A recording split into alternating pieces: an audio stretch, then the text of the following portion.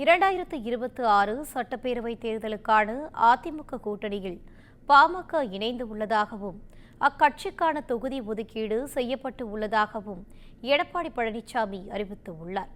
பாமகவில் அன்புமணி ராமதாஸ் மற்றும் ராமதாஸ் இடையே ஏற்பட்ட உட்கட்சி பூசல் காரணமாக கூட்டணியை முடிவு செய்வதில் தாமதம் ஏற்பட்டது.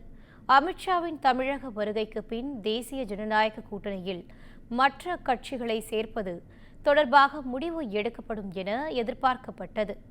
இந்த பரபரப்பான அரசியல் சூழலுக்கு மத்தியில் சென்னையில் பசுமை வழிச்சாலையில் உள்ள இல்லத்தில் எடப்பாடி பழனிசாமியை அன்புமணி சந்தித்தார்.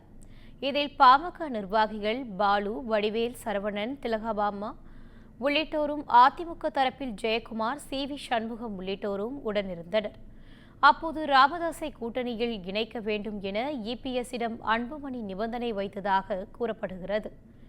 இதன் பின்னர் செய்தியாளர்களை சந்தித்த இபிஎஸ் அதிமுக கூட்டணியில் பாமக இணைந்து உள்ளதாக அதிகாரப்பூர்வமாக அறிவித்தார். பாமகவுக்கான தொகுதி எண்ணிக்கை முடிவு செய்துவிட்டதாகவும் கூறினார். கூட்டணியில் தற்போது பாட்டாளி மக்கள் கட்சி இணைந்திருக்கிறது. இந்த தொகுதியினுடைய எண்ணிக்கை நாங்கள் முடிவு செய்துவிட்டோம்.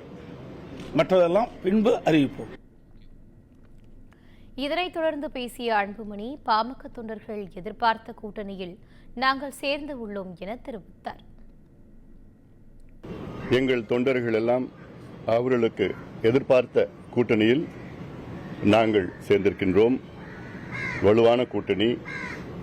எங்களுடைய நோக்கம் மக்கள் விரோத திமுக ஆட்சி, ஊழல் செய்கின்ற திமுக ஆட்சி, பெண்களுக்கு எதிரான திமுக ஆட்சி, சமூக நீதிக்கு எதிரான திமுக ஆட்சி, அரசு ஊழியர்கள், மீனவர்கள், மாணவர்கள், தொழிலாளர்கள், அத்துணை உழைக்கின்ற வர்க்கத்திற்கு எதிரான ஒரு ஆட்சி, ஊழல் ஆட்சி நடைபெற்றுக் கொண்டிருக்கிறது திமுக ஆட்சி. அதை அகற்ற வேண்டும் என்ற நோக்கத்திலே அதிமுக தலைமையில் ஆன கூட்டணியில் நாங்கள் இணைந்திருக்கின்றோம்.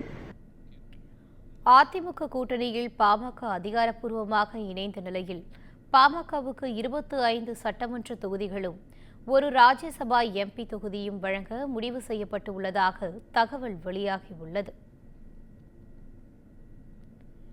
இதனிடையே அதிமுக பொதுச் செயலாளர் எடப்பாடி பழனிசாமி இன்று டெல்லிக்கு பயணம் மேற்கொள்ள இருக்கிறார்.